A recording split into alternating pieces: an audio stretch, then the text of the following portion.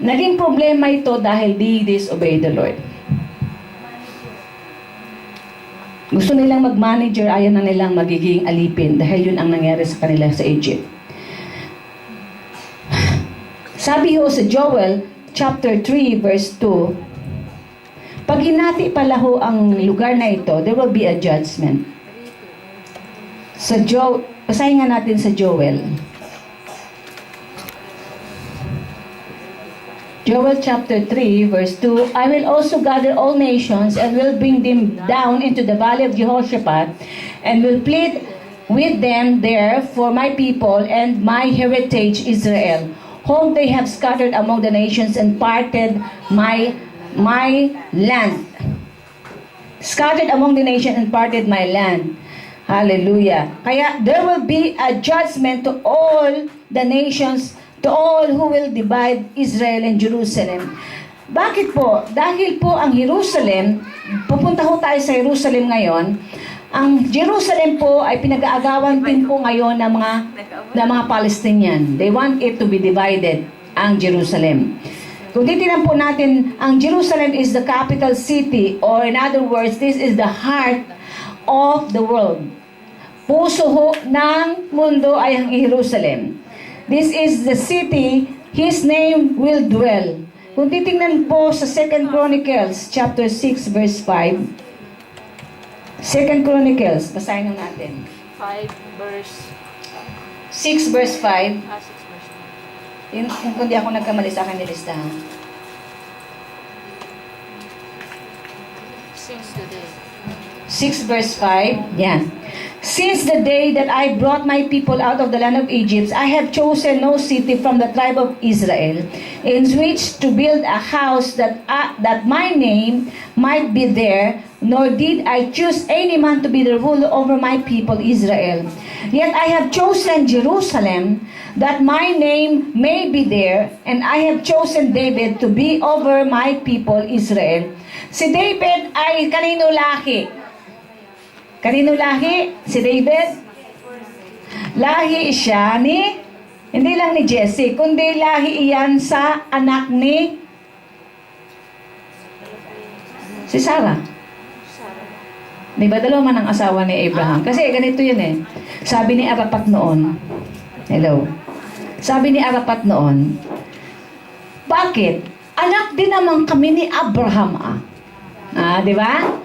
We are also the descendants of Abraham, sabi ni Arapat eh. So, sila rin daw ay descendants. Ibig sabihin, meron din daw silang party dito. Ang laki-laki na kaya ng party nila. Buong Arab kaya kanila na yun. Ay, kapiranggot lang ayon kay Sarah ng lugar, no? Kung saan ay buti lang ayon, ha?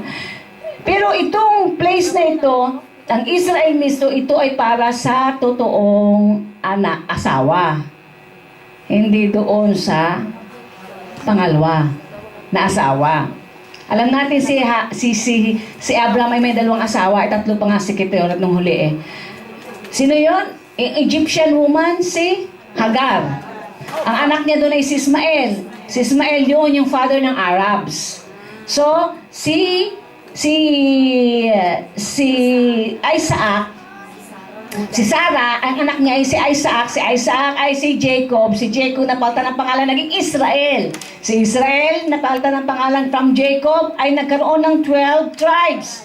Kaya yun yung 12 tribes dito nag-ano sa Israel.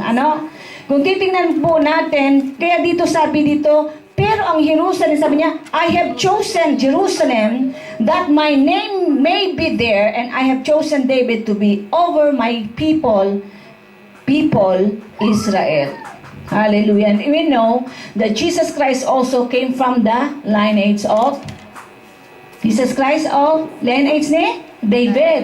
Sa linya po ni David si Jesus Christ. Kung titingnan po natin, Hallelujah. Ngayon, if we will attack, para kung sinong attack po sa Israel, ay nag-attack din sa Diyos na nagpili sa Israel. Hello? Noong August 15, 2005, bakit ho nagkaroon ng Katrina sa Amerika? Devastated almost $81 billion. Because, anong ginawa ho? Mayroon hong desisyong ginawa ang Amerika noong August 15. Tingnan ho natin. August 15, 2005, may ginawa hong desisyon ng Amerika that time. 1 week after lang, nagkaroon ng laban sa Israel. That's di ba sabi ko yung scripture kanina? Those who will bless this nation will bless, and I will curse those who will curse this nation. Tandaan, no? Meron mo silang desisyon na ginawa laban sa Israel noong August 15, 2005. Nagkaroon ho ng Hurricane Katrina. Akala natin kung anong ibig sabihin nun. Yun pala, may ginawa pala silang 1 week lang after August 23 to 29, nagkaroon ng hurricane. 1 week lang. August 15, may decision silang ginawa laban sa Israel. Pagka 23 hanggang 29, nagkaroon ng hurricane. At maraming 81 billion dollars ang na-damage. At maraming taong namatay. April 19, 2010, meron ho silang ginawa hong nag-declare din ho sila ng isang bagay na laban sa Israel. Nagkaroon ho, ang Amerika nagkaroon ho ng Deepwater Horizon at big explosion sa Amerika. Imagine, noong May 19, 2011, okay, 2011, nagkaroon ho ng wind against his procedure of criticism again.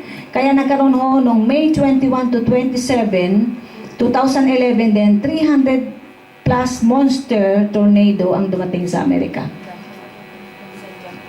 Sa March 11, 2011, Japan condemning Israel, support Palestine. And then, sa March din mismo na yon 2011, nagkaroon ng earthquake, tsunami.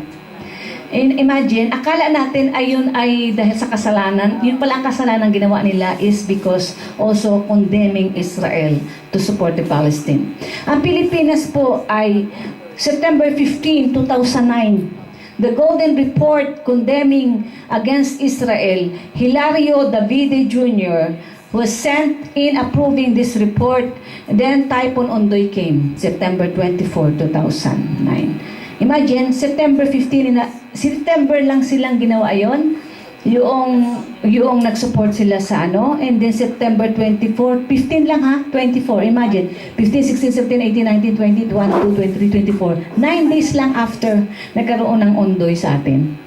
Kaya magulat tayo, bakit bigla na lang nagkaroon ng gano'n for the first time doon sa Manila? Is because yun pa lang, may ginawa pa lang Pilipinas laban. Yung panahon ni Arroyo, medyo, talaga medyo, kaya yung nagkaroon ng sa atin merong holiday na ng mga Muslims, medyo siya yung time noon, parang nag-compromise siya.